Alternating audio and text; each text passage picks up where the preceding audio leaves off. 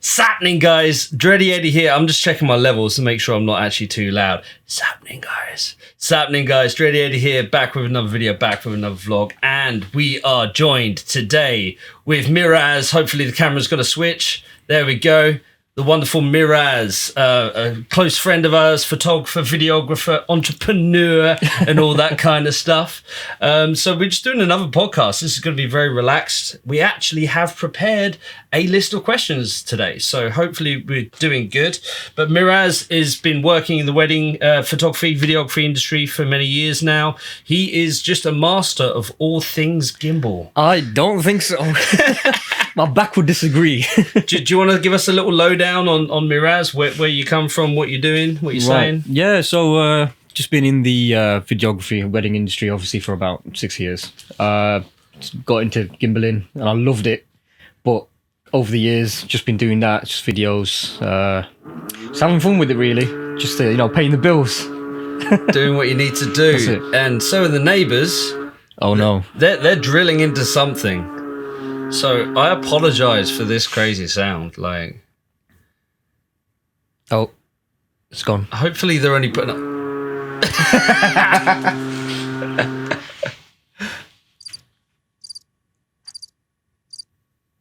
No, okay. Okay. We might be good. So yeah, sorry. Yeah. So Right. 6 years. Yeah, 6 years in the industry. I work alongside my wife, who does photo and video. I'm just a videographer. Sorry, excuse me. I had a bad lunch.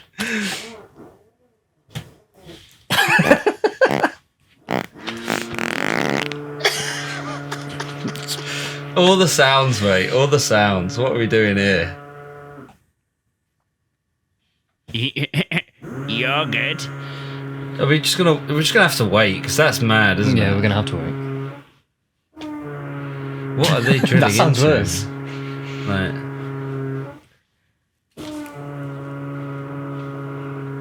Is that your end? Yeah. Well, it's this neighbour. Well, hopefully they're not drilling the whole wall down, so this shouldn't take too long, hopefully. It's just going to happen. The beauty of it, isn't it?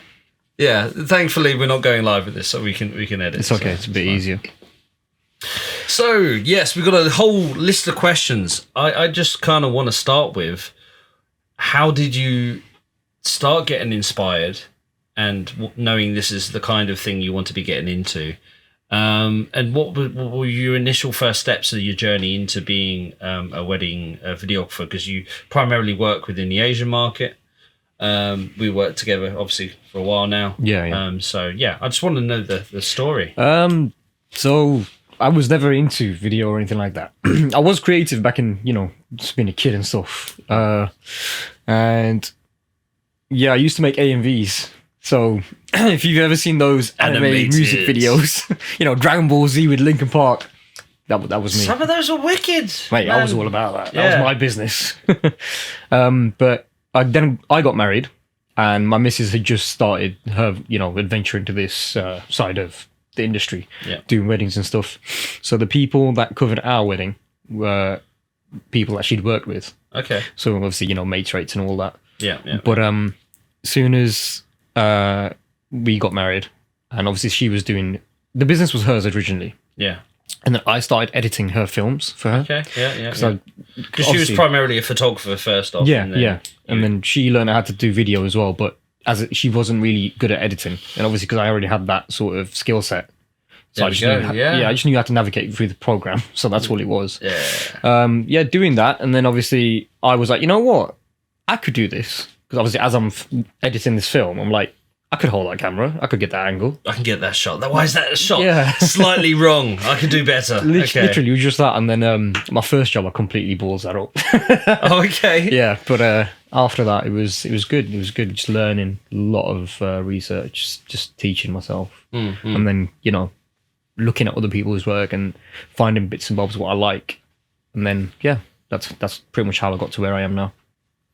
Nice. Just experimenting, giving it a go. That's quite an entrepreneurial thing to just be like, I could do that. I can go out and give it a go.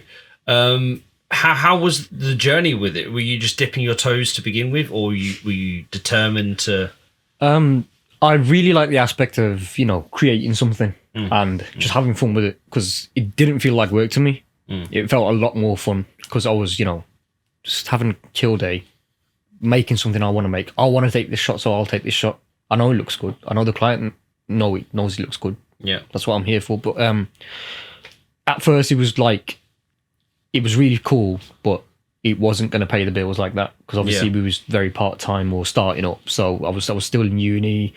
I had a part-time job. I was doing this in between whenever I could. I was using my holiday from my work to to get the days off, because I couldn't time it. Yeah. You know what I mean? So I was literally using holiday Just time. hoping for the weekend jobs. That's it, literally, honestly. And then after that, once I saw that, we're actually getting enough work now. Yeah. And I was starting to get a bit known in the industry as well, amongst, other companies, our competitors, who were also freelancing me. So then that gave me the jump to say, you know what? I'm quitting this rubbish part-time job. It was just working in a petrol station, whatever. Okay. You know what I mean? It's work while I was in uni, one of them. So I quit that and I was like, yeah, I'm moving forward now. What did you study at uni? Business and management. Okay. So it kind of helped. I can manage people, I guess, with theories and all sorts of stuff. But let's be honest, just you can't get anything better than the actual, actual work. Actually being in the environment. Experience, I should say. Okay. So obviously editing the AMVs in the early days. Yeah. That's pure passion. You're not earning money from that. What about that actually lit your fire? What got you excited about learning to edit from? It was like, I saw other people obviously making these cool videos, and I liked anime as a kid. And Dragon Ball Z was my thing, because I know it's for you as well. Yeah. And a lot of 90s kids as well. It was just it was fun to sort of make this video, mold this sort of, like they're screaming in this metal song, so I'll put Goku transforming. Yeah. And it just, because it looked cool, you know what I mean? Because it was just flowing, and it just opened up like a whole other world. I tried, when I was a kid, I tried art, drawing and stuff. I was rubbish at that. Yeah. But I knew I was creative. I guess this was my avenue, or my medium, or my format to be creative. Okay. Because I can do this, I enjoy this, and I know I'm good at it. And people have told me I'm good at it as well. Yeah. I'm not one to blow my own horn, but I take pride in my work. That's what it is. But yeah, that's it, man. So how would you describe? Because this is something I always struggle with. Okay. People say I'm creative. Yeah. However, my creativity comes from a lot of time studying, a lot of trial and error. Yeah. A lot of experimentation to work towards the things that I just kind of innately like. How would you describe your creativity? Like, what is it that is that little spark? Like, or does it just come from nowhere, or is it how does that work? Sometimes I'm just sitting there drinking a cup of tea, just staring at the wall, and I'll just think about a composition in my head. Yeah. I've just made a recent video and I've just uploaded it on Instagram, and the shot, I had it in my head. I wanted to do like below the model's chin and go upwards. Or it's the other way around, and the model's going to move in the opposite way to me, and I'm also going to have a light in a certain way. I did the shot in the video, and it come out pretty much exactly how I pictured it. Yeah. So there's that, but obviously that's just coming out of thin air. But there's also, like, I watch a lot of films. I like watching like Quentin Tarantino films. Yeah. Like proper cinematic films and the compositions and studying them. I'm just, if I see some like a really pretty picture in a film, I'll pause it and just look at it for a second to see what's going on. Yeah. Why is it composed in the way it is? Yeah. And then I'll pick up cues off like that, and then obviously I look into it. I'm a bit of a film nerd like that. Yeah. I'm not that much, but I do look into things and it gives me ideas. Not only that, again, like I said, picking and you're picking bits off other people's videos and photos and speaking to people like yourself, because there's been many a time where me and you've just had a chat about what if we do this, or why do we do this way? What if we did it that way? I love this kind of conversation, because then we can really test what we know. Yes. And if we don't know something, I don't know. I'll Google that later. For sure. Because things come in and out of trends. Yes. As well. Yes. But in terms of the anime, I think that's understated. I think what when you interact with someone else who grew up with Dragon Ball Z, there's certain things in there. I always credit skateboarding and Dragon Ball Z for teaching me, hey, failure isn't truly failure so long as you don't give up. Yeah. And I learned that from Dragon Ball Z. I learned that from skateboarding. You know, you got to keep failing over and over again. It's about learning to fail faster than your opponent. Yeah. And we were watching, Kasha and I were watching Corridor Crew earlier, and they were doing an episode on Bollywood. Okay. And how simple things like, in dramatic moments, the character's clothes would be moving in the air and things like that. There is you might laugh, but there are certain elements to that. You're just using the tools within camera work, within lighting, within wind, to try and create a story, create a feeling. Yeah. And that's the difference, especially when I speak to my wedding clients. And I say, look, if you want a fly on the wall photographer, videographer, that's not me. Mm-hmm. I come from the Asian market where we try and make things look larger than life, and trying to find ways to make things look dramatic, expensive, regal, fashionable. These are all kind of underpinnings of what makes, in my eyes, a good Asian videographer, because we're not just filming what happens, we're creating shots, and we're doing it on the fly, off the top of our head, using what's creatively. I guess this is the creative side of it. If I'm having to admit to being creative, it's just creating a selection of shots to create a mood and a feeling that, yeah. We just, let's be honest, we get thrown into the thick of it, mate. We're just like, yeah, here you go. You got this little hole, this decor. You got to make it look like this. Let's go. Yeah, in 5 minutes. Yeah, that's the worst. Is that the last shot you're doing? No. Okay, cool. So you were very heavily brought into this from your partner. Yeah.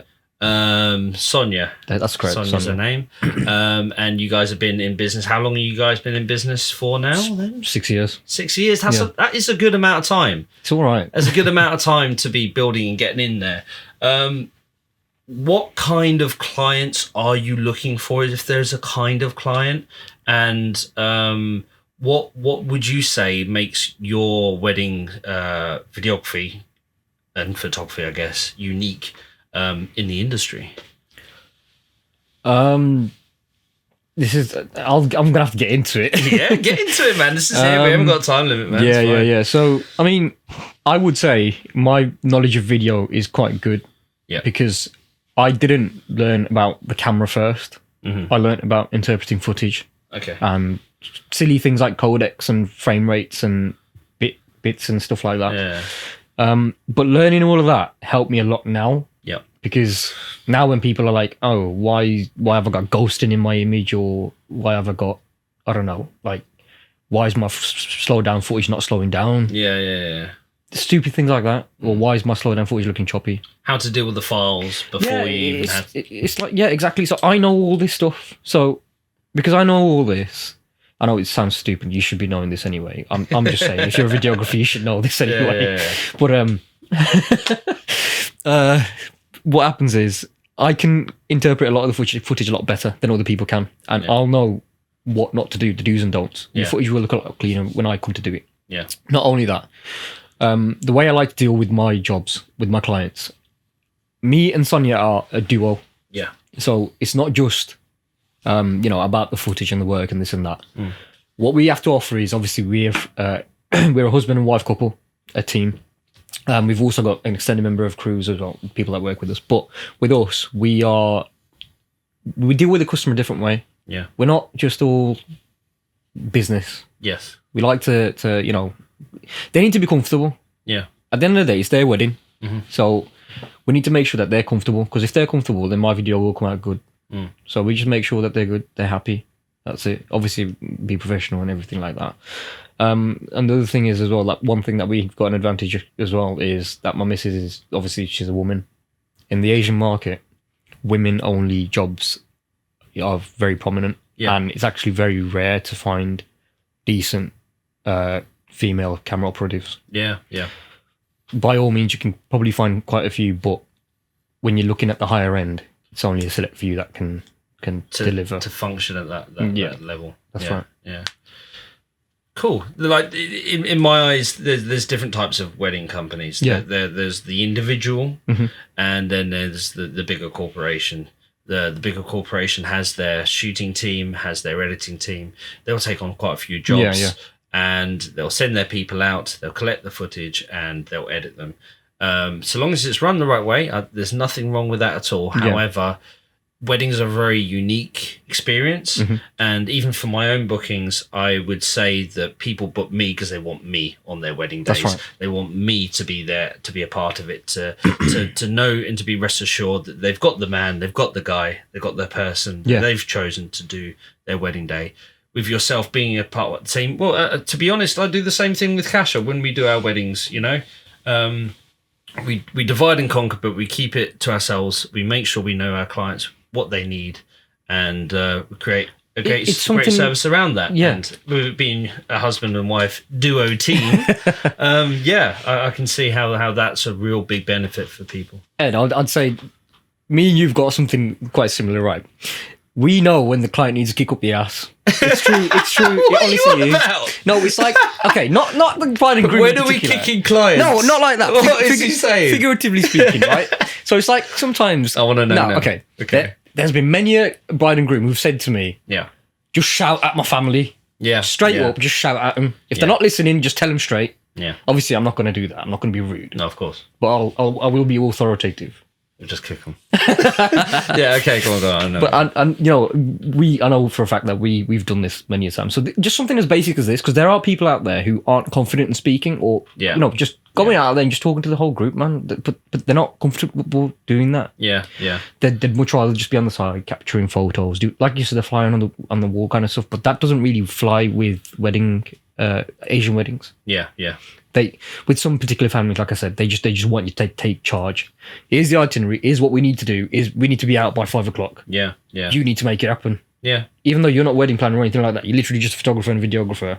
But that responsibility falls on your shoulders. Yeah. And if you can do that, they're more than happy to come back to you with another family member for the next function. For sure. Because there's a lot of moving parts with Asian weddings.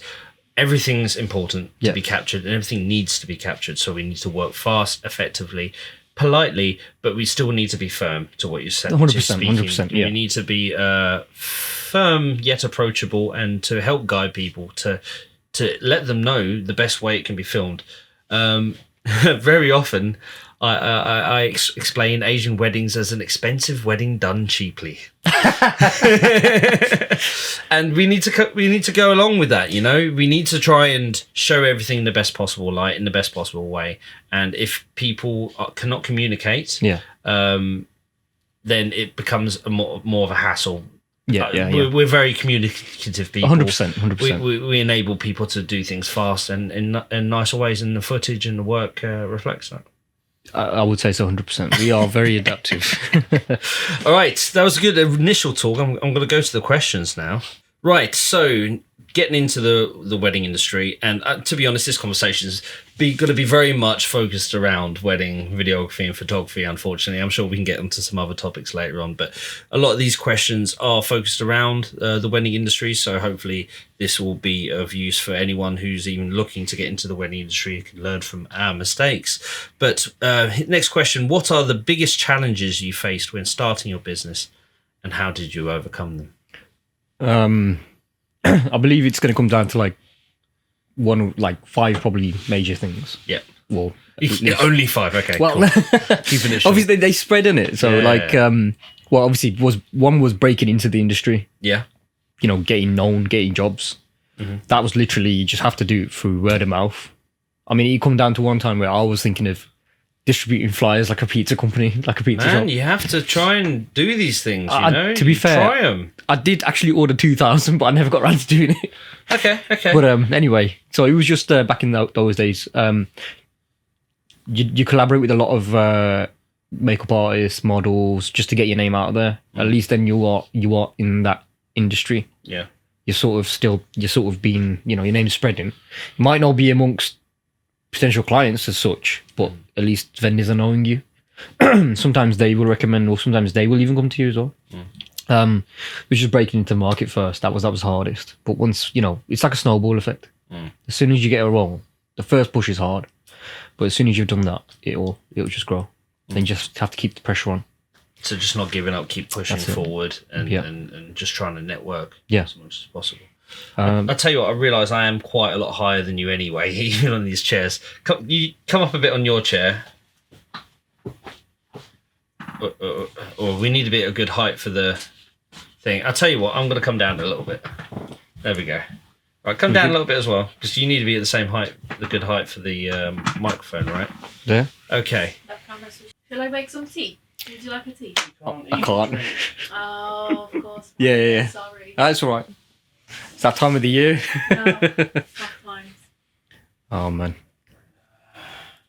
Has it just started? Yeah, it started last Wednesday or Thursday. I think. Yeah. Are you getting used to it now? You know what? It's not been that hard. I was surprised. That's very good. Not really. I think my metabolism's battered. I don't think I eat enough normally. That's probably what it is. Know what I mean? For once, it helps that you have so regular food time. Yeah. Oh god. Okay. So, what inspired you to become a wedding videographer? Just editing and then getting out there and doing that kind of stuff. How did you build a network of clients to establish a strong reputation in the industry? Did you actively go out there and try and network with people, or did it just kind of naturally happen as you're working with different vendors? It's a bit of both. So obviously the vendors will when you just go to a job and you see, like, I don't know, the cake lady, obviously the venue, the caterer, whoever else is there, just say hi, hello, just be nice, polite, professional, shake the hand. Oh, what's your name? I'll give you a follow on Insta. It's something as simple as that, and people are like, I remember you. You followed me on Insta. You're really nice. Yeah, it just works. Spins off of that. Obviously, like, people who follow me on my Facebook or Instagram, like friends, people I knew before or whatever. Yeah. Now I've become, he's a photographer now. They just know me as that, so that naturally spreads, and then they'll have a cousin or a friend or whatever. Oh yeah, I know a guy. Yeah, here's his number, or you can catch him on this Insta, or like this. And with building the customer base as well, is what I try and do is, if I've got a family that I really enjoy working with, I mean, I enjoy working with all my clients. Yeah. But with all my clients, I'll just try and be a bit more personal, be a bit more, make sure I cater and tailor my service to their needs. I want to make sure that I'm giving them exactly what they need. And sometimes it works, and then it's like it will just spread, because imagine it's like, so it's bride side, groom side, right? And then they've got obviously their side, and then a cousin out of there has got bride side, groom side. Cousin out of there has got bride side, groom side. It just spreads. It's like a tree. So if you can land one family, if you could imagine you could smash one job, just honestly, out of this world, photography, videography, right? Customer service through the roof, and they're just really happy with you. Yeah.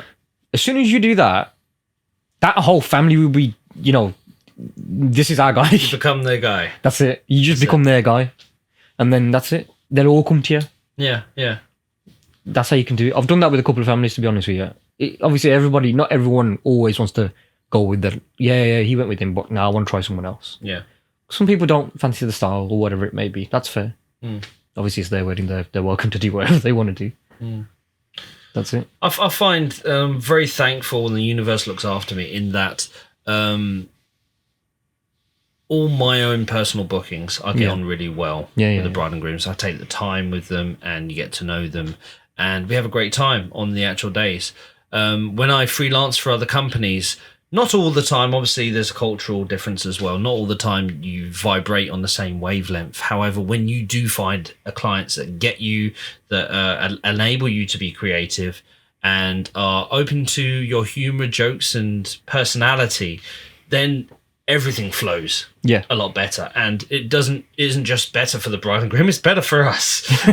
Because we can just be personable and be ourselves and have our personality. Yeah. And I think with photography and videography, even on weddings, I think this is why we're not going to get replaced with AI, because like we are able to enable people to feel a certain way with what we do, and bring a lot more out of just it being photography.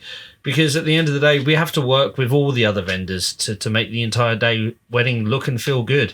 So having people that are that personable and that ability to be able to communicate with the bride and groom, I think is hugely important, and which is why I don't want to take on clients personally myself with people that I'm not able to gel with.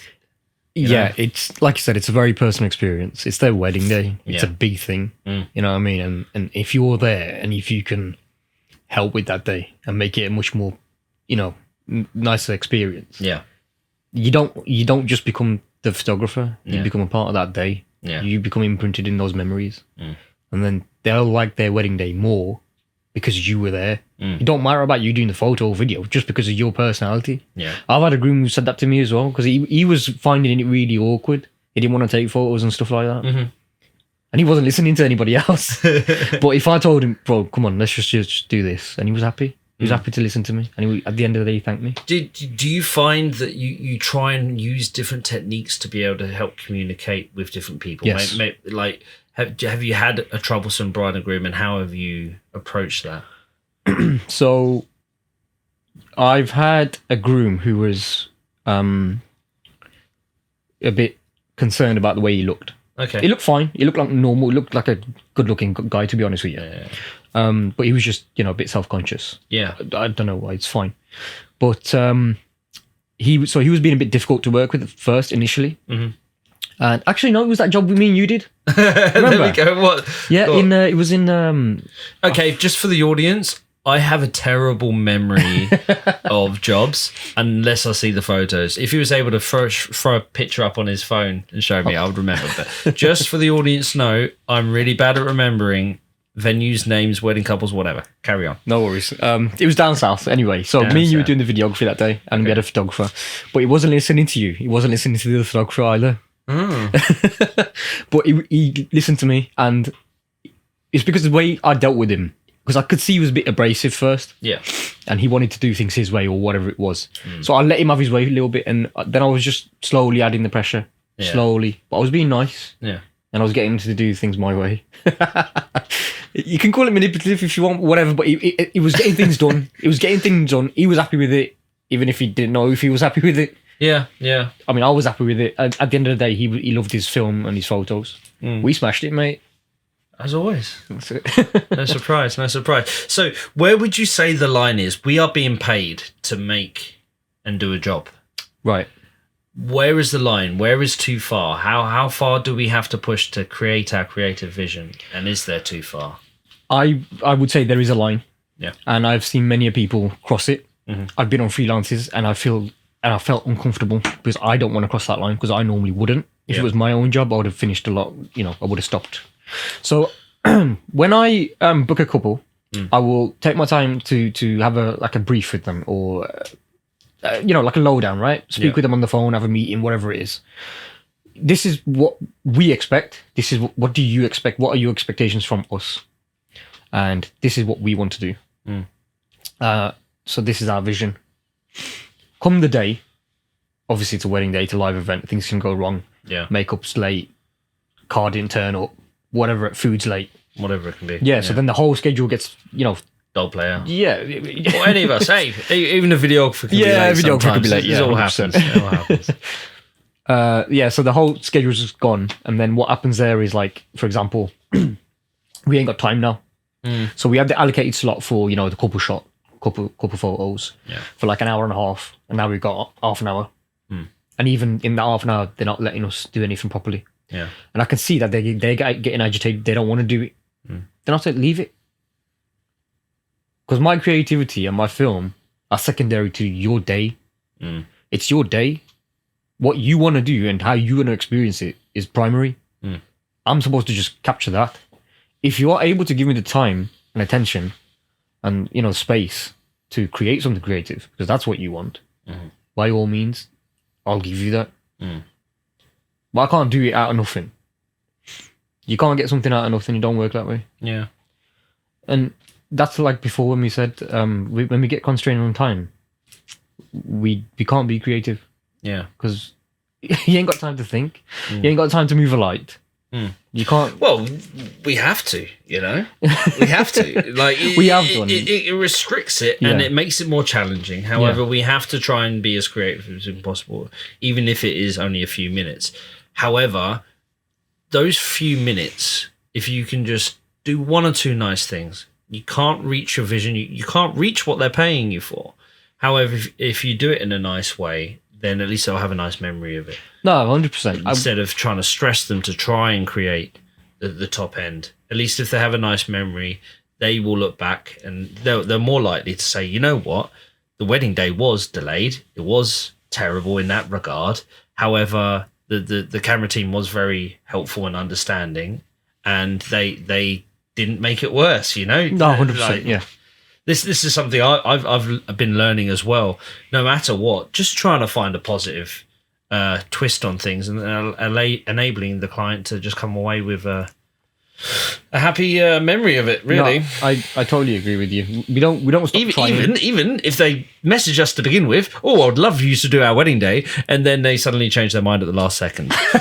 You still got to be nice, no matter what. Yeah, it's a tough pill to swallow, but yeah, no, it's fine. Yeah, honestly, man, we do try. We don't stop trying up until we see that they're getting annoyed or something. We just say, look, okay, leave it. It's fine. Yeah, because obviously we've done what we've tried to do. It's not like we haven't tried, because some people ain't bothered and they don't want to. They just want to sit down. Sometimes there might be a discrepancy on who wants what on the actual wedding day. Maybe the bride and groom just want to chill out and enjoy their guests. Exactly. And absolutely fine. We can back off and we can find what we need to. That's right. Around that, isn't it? Okay, we're back. Technical difficulties, but we're back. Right. So I think we finished that question anyway. Let's move swiftly on. Right. So obviously the industry's changed over your 6 years. Fuck knows how long I've been doing this. I can't remember off the top of my head. Now the industry is very different. Yeah. Maybe the experiences we've had are now different to the people starting now. But what main advice would you give to people, aspiring entrepreneurs that want to get into the wedding industry? Could be camera people or could be anything else. What ideas around the wedding industry would you impart to someone starting to try and get into? If it's cameras specifically, then I would say just do your research. Do your due diligence, know what you have to do, have your safeguards in place. Mm-hmm. With a lot of photographers and videographers who come in, they forget about basic IT, like backups and stuff like that. I've heard some horror stories of people losing footage. Yeah. And that's a bit, it's a bit sketchy. You just don't wish they don't happen to you. Yeah. You know what I mean? Because we've all had close calls. At the end of the day, when you're dealing with memory, there is one constant in the universe: memory cards and hard drives will fail. Mark my words on this day. They will fail. You will lose files, no matter what you do. But so at least have redundancies, have backups. You have to, but surprisingly, there's people out there that are playing it literally just cowboys. Oh man, absolutely. You know what? Fair play to them. They got the balls to do it, man. Because I wouldn't do that, man. Forget that. Yeah. I don't get me wrong. I did do that first when I first started. So yeah. So, but then obviously we all learn our lessons. Hopefully, we haven't messed up anything too bad. Which touch wood, we're okay. We're good. Touch wood. There we go. Go on. Yeah. So just do your research, honestly, and try and network with people in that industry. If it is, again, I can't really speak for other vendors and stuff, but for photographers and videographers, I'd say go to just go turn up at a wedding. Just make sure when you go to a wedding, just speak with them. I'm sure they'll be, if they got the time and they're busy, they'll talk to you and let you know. And there you go. Yeah, just getting out there. Yeah. Make sure you're respectful first and foremost of the paid photographers and videographers. Don't get in their way. Yeah. But figure out how you can work within that and get a few photos of yourself. Even if you introduce yourself, communication again is key. Yeah. Just as long as you don't snipe and get in the way of the photographer, just say, look, how can I get some photos as well? I would like to start getting into this personally. Is it okay if I do work on the side as well? And I've had people that do that respectfully, and then the danger side on the other side of things. Have you ever experienced that? A kamikaze, paparazzi wedding guest? Oh God, let me tell you the worst one. This was horrible.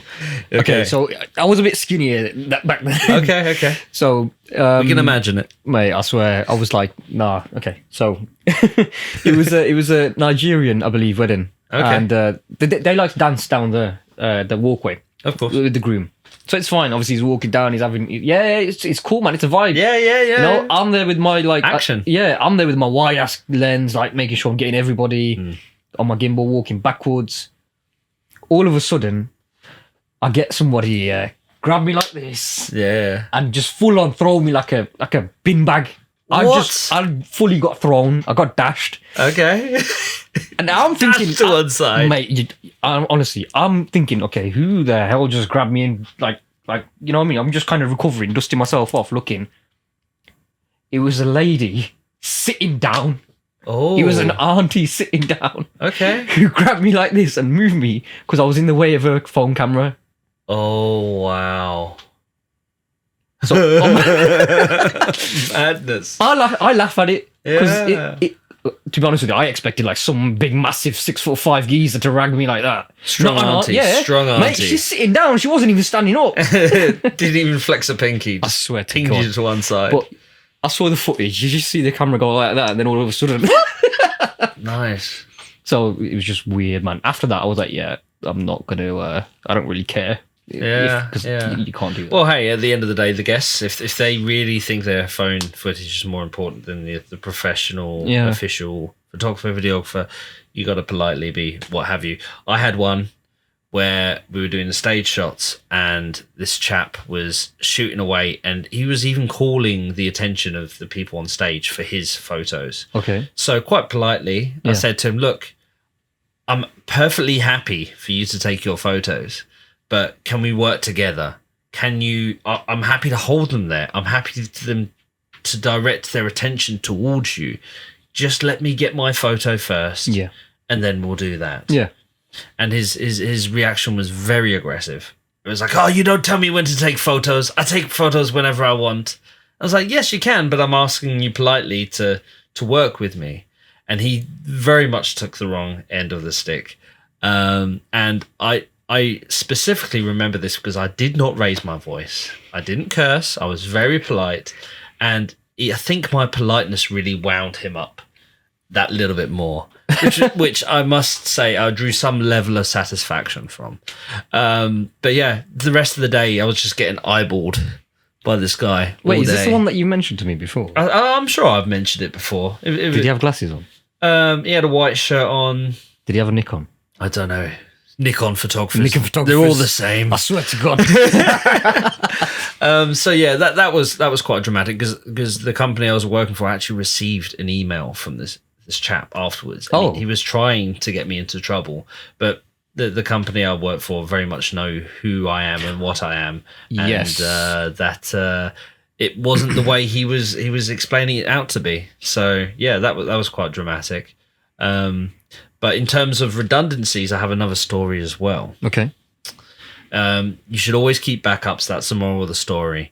I used to edit for another company, and they were letting me edit their footage on a hard drive while I was on the sofa of the office.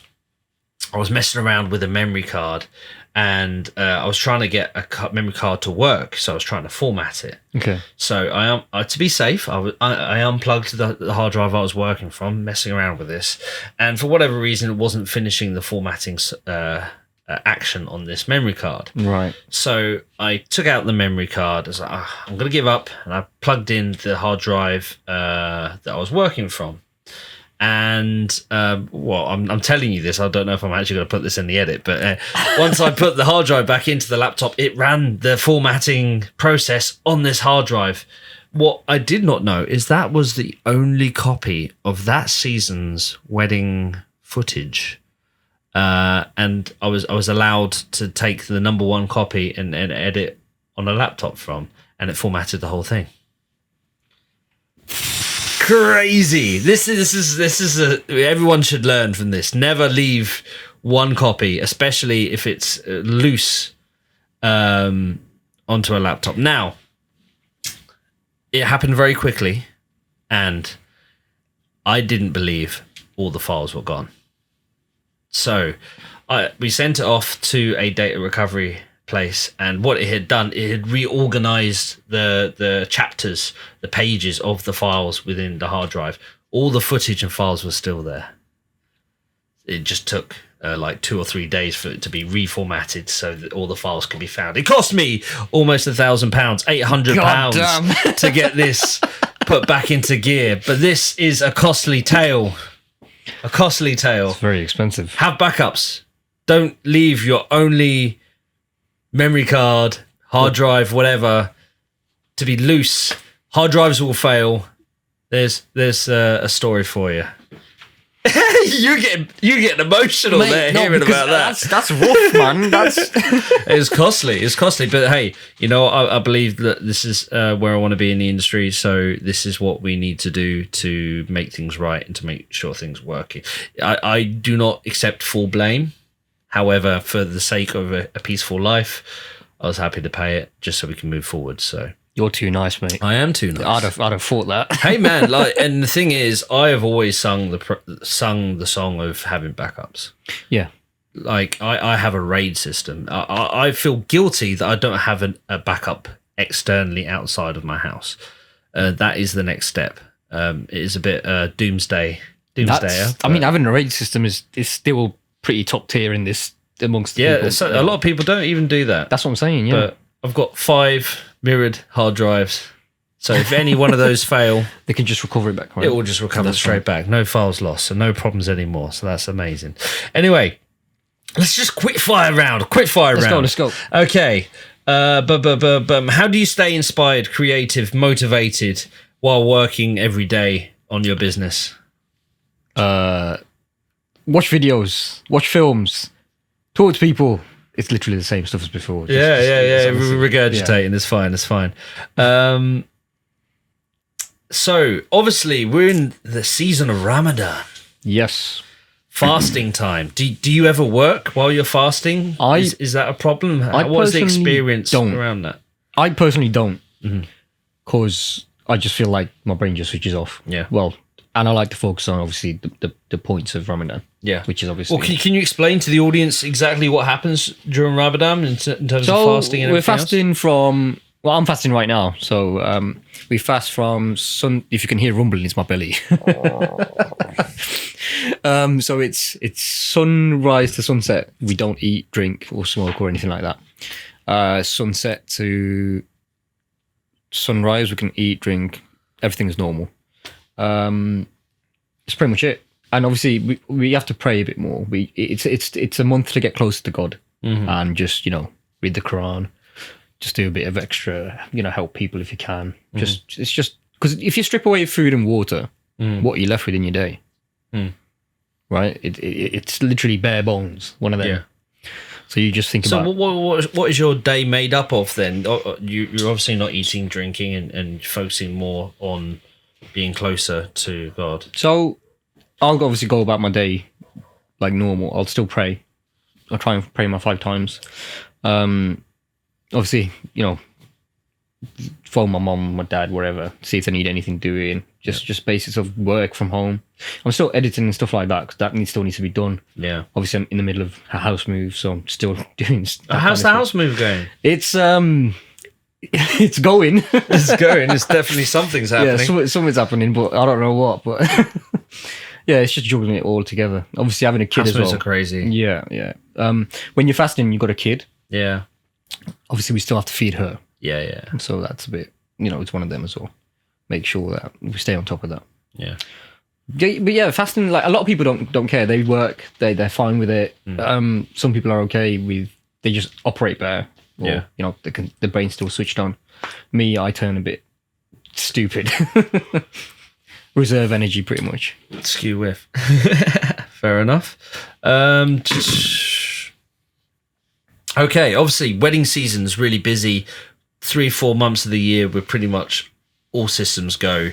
Every day going out. How do you attempt to balance life with that? With going out, shooting every day, getting the editing done, looking after the family, looking after yourself. So this is something that I've always thought about, because in this industry, it's not balanced at all.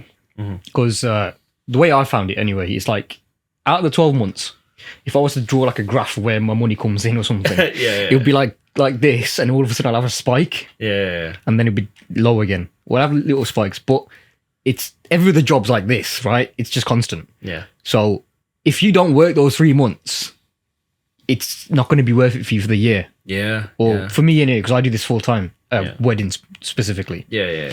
So I have to just jump in it for the 3 months. I have to do pretty much anything and everything that comes through the door. Yeah. Because if I don't, that's my year's money. Yeah. It's just bread and butter. You know what I mean? You got to think about survivability at the end of the day. So it's just stripping it back to basics and making sure you're earning and living. Balancing with work life and stuff like that. Sometimes, don't get me wrong, if I'm feeling completely burnt out, at the end of the day, this is the best thing as well, because I'm my own boss. Yeah. I can just take a day off. I just won't book a day. I won't work on that particular day. I'll just say, no, I'm not working this day. The thing is, you book so far in advance, and then what if you hit that wall and you still... I've stopped doing that now, to be honest with you. This year, obviously, we freelance as well. Yeah. Me and you both freelance. We have our own jobs as well. But with freelancing in particular, I've stopped taking so much in advance now. Yeah. Because it was hindering my own business. Yeah. It wasn't giving me a chance to...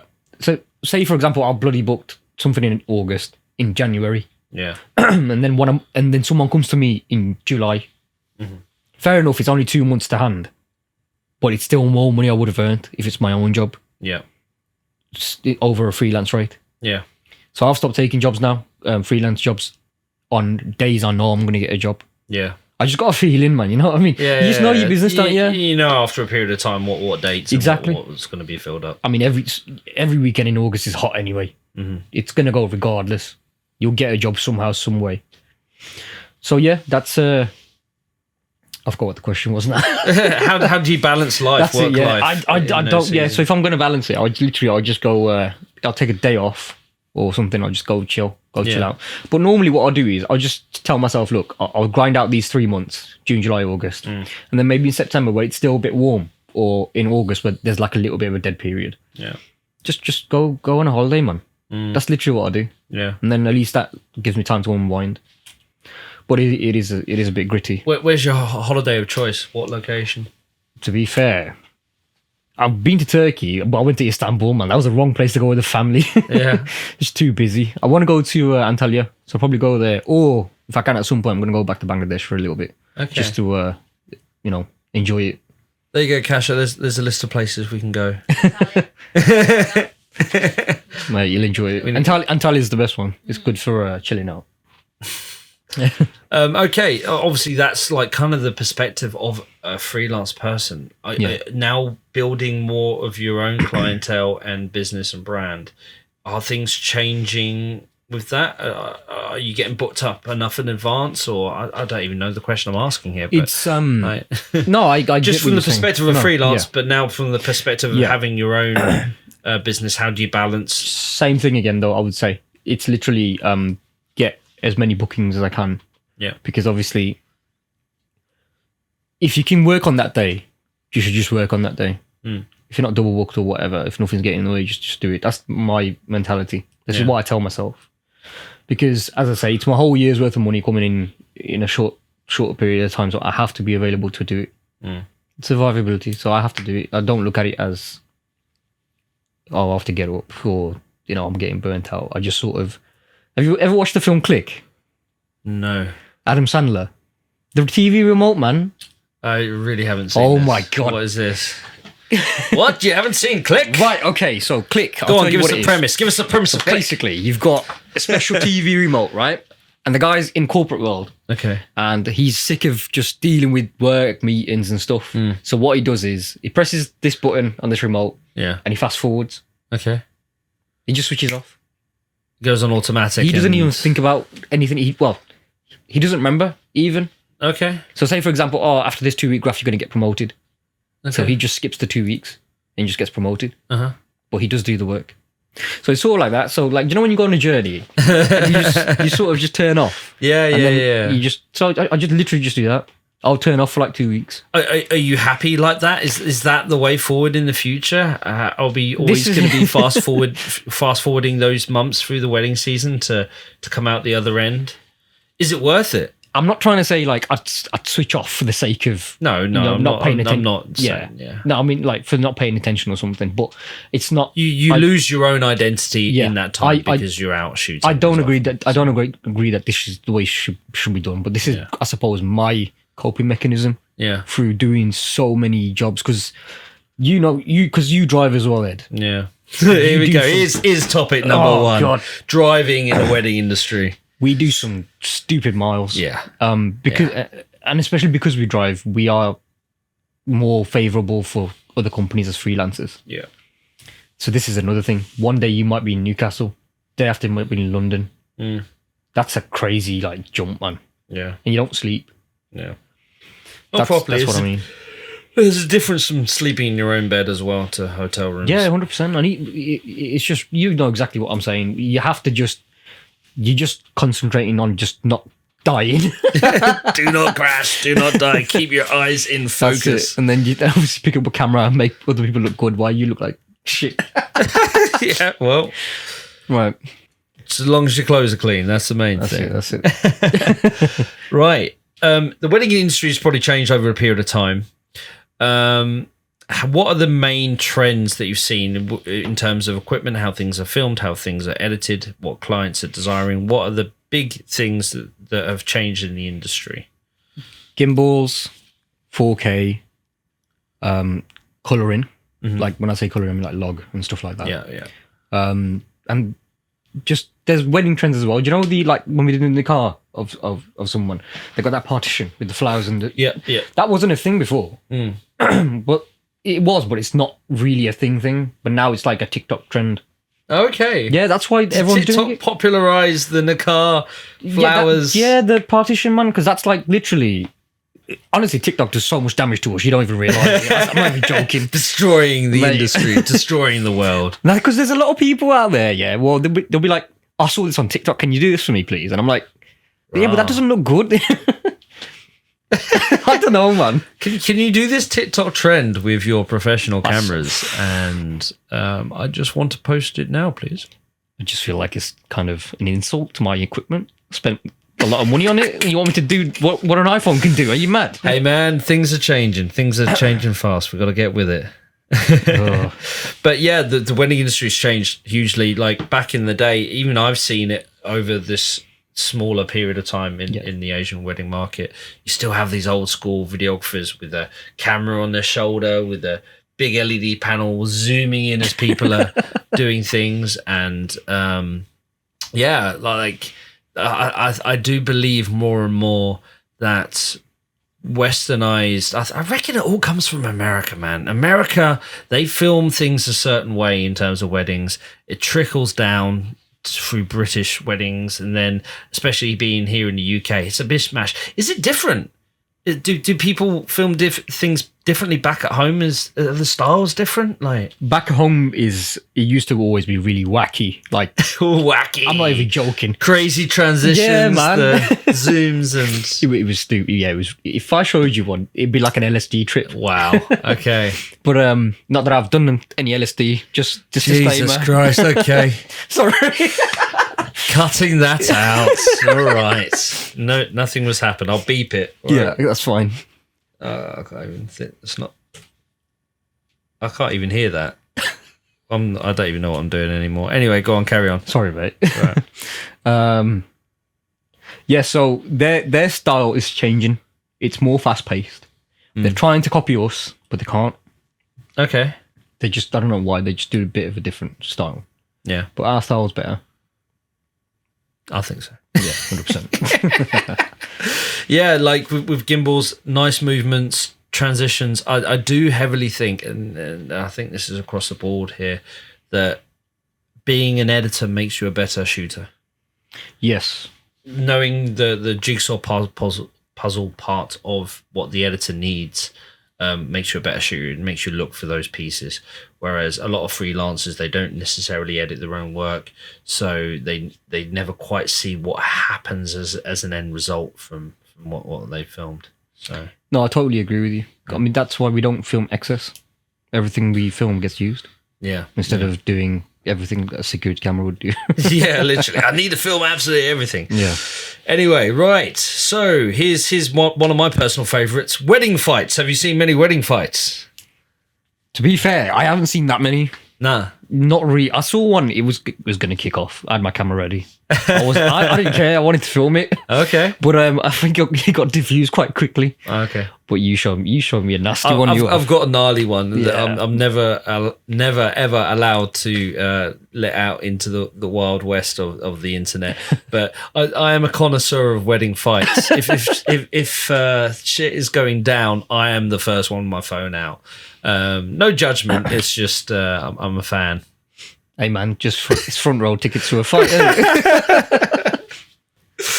it? Okay, next one. Favorite wedding food. Okay. Damn, you put me on the spot now. There you go. I'm gonna have to say probably.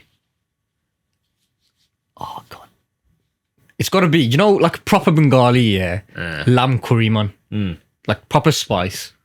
It's got to be spicy. It's got to be making me sweat. Got to be hot. Okay. We're completely polar opposites on this one.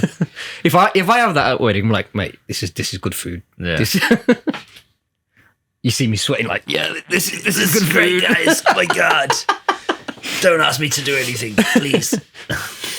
That's mine. Lamb curry, man. For me, it's butter chicken and gulab jamans with ice cream. It's You're got to be with ice such a cream. mellow guy, I swear. Yeah, man. Like spicy, especially when you're working every day. No, man. I'm gonna try and like smear your food with some naga next time. He's gonna spike me with some spice. Okay, so what advice would you give to wedding couples when they're looking to find their perfect photographer and videographer for their wedding day? Try and sit down with the potential photographer, videographer. Would speak to them on the phone if you can, but do that. Don't just what's it called? Price hunt. Don't do that. Don't go for the cheapest option. Yeah, don't go for the cheapest advice option. number one. Yeah, thank you. If they're charging you 50 quid, there's a reason.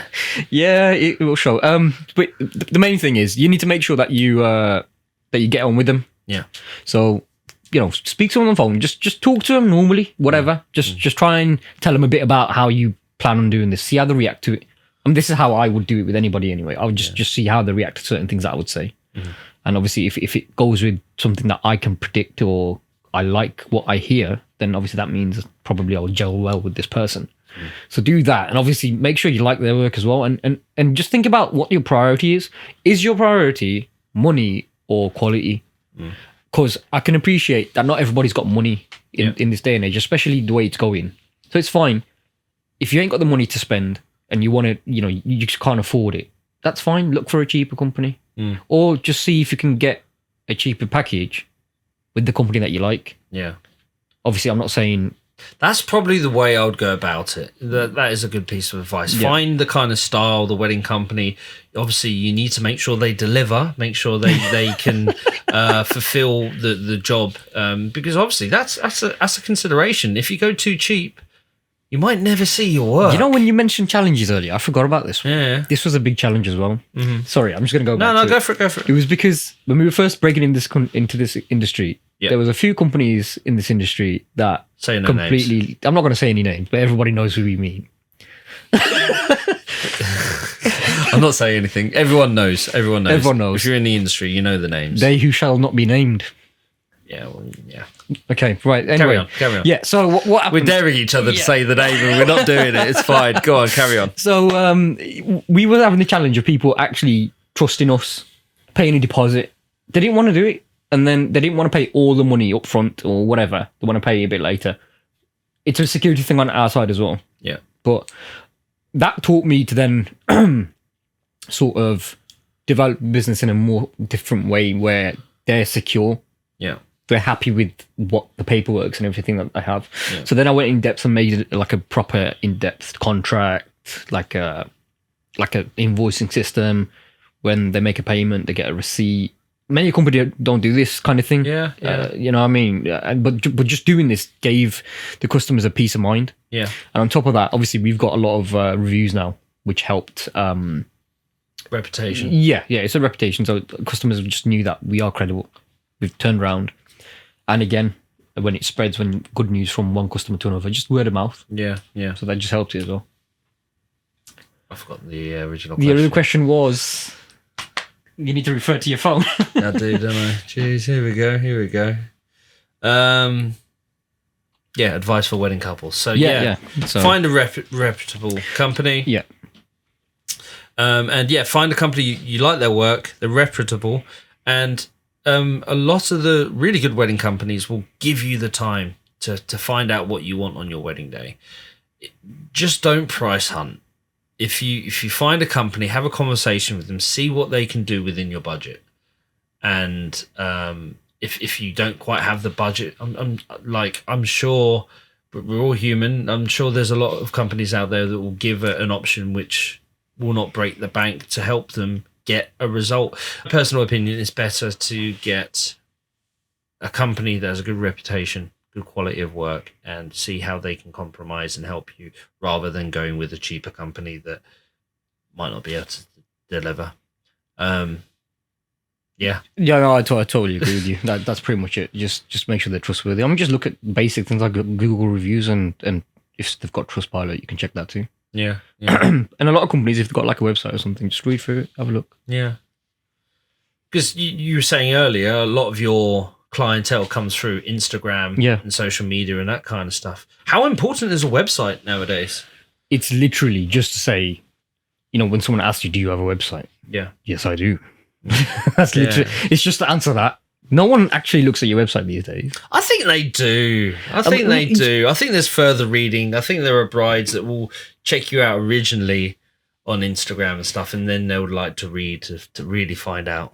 If you've got somebody who's really doing their homework, then yeah, sure, they probably will have a look. But by then they'll have looked at your YouTube, your Facebook, your Snapchat if you've got that. They probably will have had a conversation with you by then as well. Yeah. So I just don't. I mean, me personally, I haven't seen the advantages of having it. I've literally just had it just for the sake of I've got the complete package. Yeah, that's it. Okay. Next question off the top of my head. Yes. To what extent do you think AI is? Because AI is a bigger topic. It's going to be a really changing factor in all industries. At what extent do you think AI is going to rejuvenate, reshuffle, or completely take over the kind of creative industry that we're in, maybe even weddings? I really don't know how it's going to affect us. Yeah. Maybe like, have you seen the new Linkin Park music video? I've seen it in passing. I didn't quite look at it because even in my eyes, there was something just slightly missing there. So it wasn't actually AI, but it was AI-inspired animation. As in, it was animated like that on purpose. Okay. But it looks like AI generated. It wasn't actually AI. No, it was I thought that as well. Handheld done. They've actually drawn it. Made it wonky to look like a AI situation. Okay, so it was crafted to look janky. That was crafted to look janky, but maybe like at some point, if AI gets to a certain standard, then I mean, you could probably use clips and stuff. But you know what? I tell you what, especially in the Asian market, Bollywood style. Okay? That's a good point. There are going to be couples, and I foresee it now. I'm putting my flag in the ground. There are going to be clients that are specifically not just wanting to change the background. They're going to be like, I want my wedding set in space. There's grooms that love James Bond. They're like, I want to look like James Bond or whatever, When that becomes possible. There's a couple of people with the Aston Martins. I have seen that. Yeah. Yeah, put the Aston Martin on the moon as well, mate. My favourite movie is Finding Nemo. Can you put Nemo in my wedding, please? As a guest. I don't know. There's crazy opportunities from AI, man. You can't envision what would be possible. I think it would be easier to put them next to Nemo, just mask them into a Nemo scene, man. Bro, I'm underwater to my training. Oh my God. Cash is shaking her head over there. Anyway, okay, cool. Have you got any questions or any topics you want to talk about before we wrap this up? Right, I have. How long do you think you're going to be in this industry for? That's a good question. That is a very good question. And I mean specifically weddings. So for me, like a lot of photographers, because I'm going to say photographers because I would say I'm primarily a photographer more than videographer, even though I'm fully capable. Never mind. A lot of photographers wouldn't like to do weddings because of the pressure, the fast pacedness of it. I love it. I love meeting new people on it every day. For me, wedding day is a day where people want to be at their best, feeling their best, being around their loved ones, looking their best, smelling their best most of the time, and eating the best food possible. Okay, so that caught me off guard. You have to put that in. Yeah. So yeah, on a wedding day, everyone wants to have the best possible day possible. For me, that's just another day at work. How lucky am I that I get to be around people wanting to be their best? Yes, I would love to be a fashion photographer, being surrounded by models and what have you. But these are real people that have their stories. They have their day. They want it their way. And you can be a part of that and create a point in history for them to look back on. Once they've had kids, they can show their kids a wedding film that you've crafted, created memories that they will remember.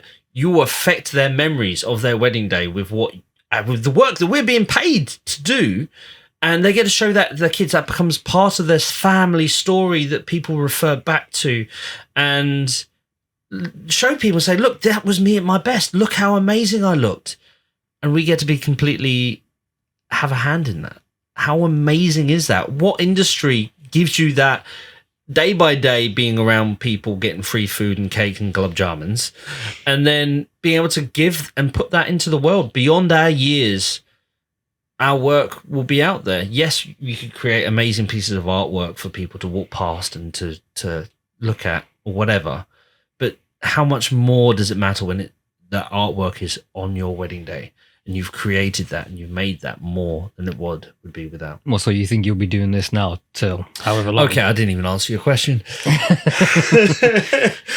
A while. I love this. And the companies that I do work for, I'm very passionate about. I'm very loyal to, and I really hope them all the success in the industry and in the world. And I really would love to be a part of that. Yes, for the money, let's be honest, but for the kudos as well, and to say, look, we built this. I think it would be a bit different jumping into a company that was top end, whatever, and coasting and just doing whatever in that. But it's build up to that. It's not just about, because imagine you did the job with the same amount of money, but none of this gratification and creativity. You'll be stale. You'll be bored. The dog. Okay, sorry. Go on. Nope. So. Yeah. Imagine you did a job where you didn't have any of this. You just had the money. Yeah. It wouldn't be the same. So it is, the creativity side of it, and obviously to have that as part of your job. That's what I mean. So that's a big thing. Didn't have any of that, if you were told exactly what to do. I had a job working for a monk. Not working for a monkey. I had a job working for a marketing company for 3 months during lockdowns. I did that job. I went to the same place every day. I met the same people. I went to the same clients. It was still creative, but I just knew what was possible. And I just yearned for that freedom of not being told what to do and to be able to put my vision out there. I get it. Yeah. Yeah. It's just, yeah. I get passionate about this shit. Nah, man, that's what it's all about, man. I completely agree with you, man. So, in answer, I would like to do it as long as possible. I will need to soon find ways where I do not burn myself out so much, whether it be taking less bookings, which is essentially where I'm hoping to go towards, to be able to work in a way that I can create a business so that will outlast how long I can hold a camera. I completely agree with you. I'm glad you said that about being burnt out and taking lost. Nah, man. This job's taxing, man. Yeah. I worry. I worry how much this is going to be adding on to our years. Well, taking away, isn't it? Lack of sleep. Lack of sleep is a tough one. But I really enjoy it as well, and I really want to do it for as long as I can. Yeah. I mean, I don't think I'll ever put down a camera now, regardless of if it's with weddings or not. Yeah. I'll probably do something else, but it's just I just get scared about burning out, man. Yeah, because once you're burnt out, your passion and everything just dies down. You can't be arsed. Yeah, You won't be able to put things out in the same level and get the same level of gratification. I've opened up a timeline to edit, and I'm just staring at it. Yeah, nothing's coming. Yeah. That's the worst. I hate it when that happens because I know I want to do this. Yeah, but I'm just so done. Well, at that moment in time, anyway. Oh, yeah. That's it. It's just finding ways to, and that's a big part for me. I get bored easily. So I need to have a diverse range of projects, which is why I do so much boxing, which is why I still do the nightclubs, which is why I try and do as much studio fashion work as possible, as well as the weddings, and doing more corporate. So I would like to think I've found a nice balance now. See, and if I can keep a similar balance where I can go out and do those things, and at the end of the day, for me, I believe all of this informs everything else. Yeah. No, mate, hats off to you, man. Honestly, you've done well because you've got so many things going on. Yeah, it's good for your mental health. Even doing stuff like this, I love this. Yeah, this is cool. This is, but yeah, I think I just need to start diversifying my work. Yeah, instead of just sticking into weddings. It's not for sure. I've got a few projects that I hope that are coming through soon. Fingers crossed, and I will be bringing you with me. Hey, do not worry. As soon as that happens, nice one. I'm waiting for a few things, but I've got a few plans as well. So all good. Should we call it there? Yeah, I think we're going an hour and 20 minutes through the little dog sounds in the background and everything else. Anything else you want to say? Do you have any Instagram things for people to find you on? Yeah, so my tag is Sonia Film and Photo. That's my wedding company. And my personal one is Miraz C. That's 2 Z's and a C. I upload some funky videos on there as well. Stuff that I can't post on the wedding channel. You got to diversify your portfolios, man. You got to keep saying. That's it. But yeah, I've been Miraz. This has been Ed. I'm taking your job now. Oh, he's taking my shout out at the end. Anyway, I'm taking over. I'm doing it. Okay. Thank you very much for watching this video with Master Miraz. Checking out, talking about all that photography, camera stuff. That's a bit loud in the background. Nope. Okay. Thank you very much for watching. I hope you enjoyed this podcast. And we are now on Spotify, so head over to Spotify as well, subscribe on there, and we're going to be on every other podcast network channel thing, Apple, all that kind of stuff. So thank you very much for watching. We've been amazing. You've been awesome. I'll catch you guys in the next video. I just came up with that. I'm saying that every time. Okay, see you later, guys. Bye. That was good timing. Sweet. Woo!